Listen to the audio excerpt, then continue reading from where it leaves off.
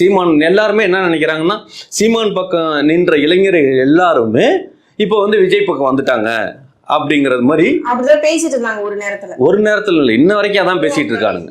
இப்போவும் அப்படிதான் பேசிட்டு இருக்காங்க. ஆனால் இது என்னன்னா, ஒரு நேரத்தில் வந்து திமுக அதிமுக இதுக்கு இடையில ஒரு கட்சி, ஒரு தமிழ் தேசியம் பேசிக்கிட்டு ஒரு நாம் தமிழருங்கிற ஒரு கட்சி ரெண்டும் ரெடியாகி வர்றப்ப அந்த சீமானை எந்த அளவுக்கு கேவலப்படுத்தணும் அப்படிங்கிறத அரசியல் பேச்சுகளா திமுகவும் சரி அதிமுகவும் சரி அவரை எந்த அளவுக்கு பர்சனலைஸாக டேமேஜ் பண்ணுமோ அந்த அளவுக்குலாம் நடந்துகிட்டு இருந்தது.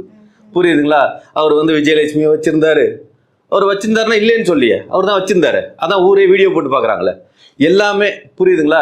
எந்த அளவுக்கு பர்சனலாக ரொம்ப கேவலப்படுத்தணுமோ அந்த அளவுக்குலாம் நடத்திக்கிட்டு தான் இருந்தாங்க. ஆனால் விஜய்னு ஒரு மனிதன் வந்ததுனால அண்ணன் சீமானனோட கேவலத்தோட விஜயோட கேவல வாழ்க்கை ரொம்ப ஜாஸ்தியாக இருக்குது. அதனால விஜயலட்சுமி எல்லாரும் விட்டுட்டு இப்போ திரிஷாவை பேசிகிட்டு இருக்காங்க. புரியுதுங்களா? அண்ணனாவது சீமான் அண்ணனாவது பொண்டாட்டி புள்ள குடும்பம் அப்படிங்கிற ஒரு ஒரு ஒரு வட்டம் இல்லை, ஒரு தமிழ் பண்பாடு தமிழ் கலாச்சாரத்தோடு இருக்காரு. கல்யாணம் பண்ணதுதான் தெலுங்கு பொண்ணாக இருந்தாலும் அப்போ இங்கே இருக்க, அதாவது என்ன சொல்கிறது, இந்த தெலுங்கு ஹிந்தி அப்படிங்கிறதெல்லாம் இப்போ நான் என்ன சொல்கிறேன்னா, தமிழன் அப்படிங்கிறதுனா இங்கே தமிழ்நாடை மட்டும்தான் ஆள்றதுக்கு வந்திருக்கானா? அப்போ சிங்கப்பூரில் ஒரு தமிழன் ஆட்சி செஞ்சதெல்லாம் என்ன இருக்குது? இப்போ ரீசெண்ட் தருமம் வாழ்க்கையில் அவன்லாம் தமிழன் கிடையாதா?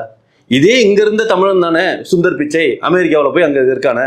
இதே அமெரிக்காவில் பிடிஆர்ஸ் பழனிவேல் அவர் வந்து அமெரிக்காவோட ஃபினான்ஸ் மினிஸ்ட்ரியாக இருந்தவர். அவர் அந்த ரேஞ்சுக்கு புரியுதுங்களா? ஒரு தமிழன் வந்து உலகம் பூரா பரவி உலகத்தளவுக்கு ஆட்சி செய்கிற அளவுக்கு அவனோட முன்னேற்றங்கிறது இங்கே குண்டு சட்டியில் குதிரை ஓட்டுற விஷயமா தான் சீமானோட பரப்புரையில் இருந்துகிட்டு இருக்குது.